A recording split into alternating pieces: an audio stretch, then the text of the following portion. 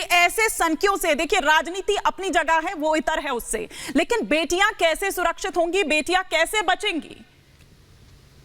देखिए, दिल्ली जो है ना लगातार जिहादियों की राजधानी बनती चली जा रही है। बड़ा दुख का विषय है कि इसमें जो है ना जो लॉ एंड ऑर्डर की सिचुएशन है, इसको वास्तव में सेंट्रल गवर्नमेंट को रिव्यू करना पड़ेगा, मुझे ऐसा लग रहा है। आप देखिए कि लॉ एंड ऑर्डर के नाम पर जो है ना दिल्ली पुलिस तो मिली हुई है, लेकिन दिल्ली पुलिस के हाथ जो है ना दिल्ली की सरकार ने बांधे हुए हैं। आप सोचिए जरा, इसका एक सिस्टम बड़ा फॉल्टी है।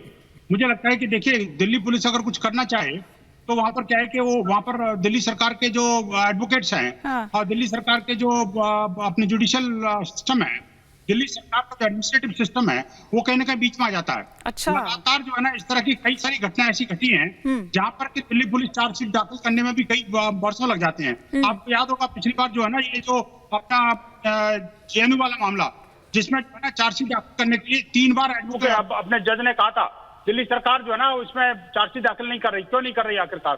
तो ये कारण जो है ना, एक बहुत बड़ा कारण है कि जो क्रिमिनल्स हैं बेखौफ होकर के दिल्ली में घूम रहे हैं। एक बात। दूसरी बात ये कि दिल्ली के अंदर ये कोई इकलौती घटना नहीं है।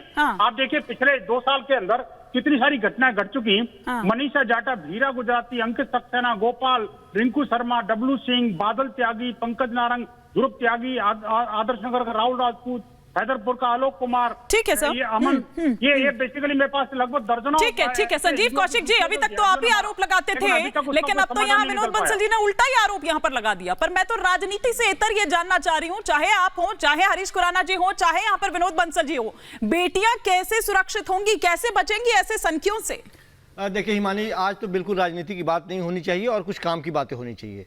जो कुछ भी घटना घटी बेहद मार्मिक था, वो बेहद दुखद था और एक समाज के तौर पे सामाजिक रूप से बेहद शर्मिंदा करने वाला भी रहा। हम सिर्फ ये कहते हैं कि आखिर ऐसा हुआ क्यों। जब तक इसके जड़ में नहीं जाएंगे तब तक वैसे समाज के जो दीमक हैं, जो लगातार इस तरह की घटनाओं पे अपनी रोटी साधने का प्रयास करते हैं और समाज को खोखला करने का प्रयास करते हैं, हम उस पर जाना ही नहीं चाहते। हम मूल मुद्दे पे आते हैं।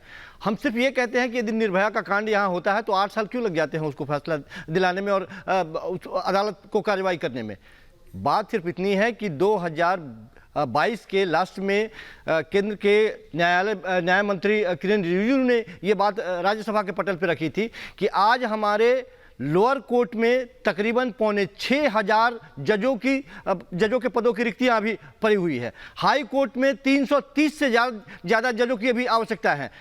कानून और केस की जब बात आप करते हैं तो एक लंबी फहरिस्त इसमें पड़ी हुई है। सरकार को इस पे संजीदगी दिखानी होगी कि कैसे कम वक्त में किस तरह से हम अदालतों से ये उम्मीद रखें कि फैसला हो। और लोग केंद्र सरकार को दिखानी होगी, दिल्ली सरकार, राज्य सरकार को तो कोई वैसे क्या करे? आप बताइए, दिल्ली सरकार क्या करे? आपका काम सरकार के पास लॉ एंड ऑर्डर है। आप एक ट्वीट कर ठीकरा फोड़ दे, आप एक नहीं सर, टोपी ट्रांसफर की बात नहीं होती ना। 6 महीने में एलजी साहब ने एक बार केवल लॉ एंड ऑर्डर को लेकर ट्वीट किया था।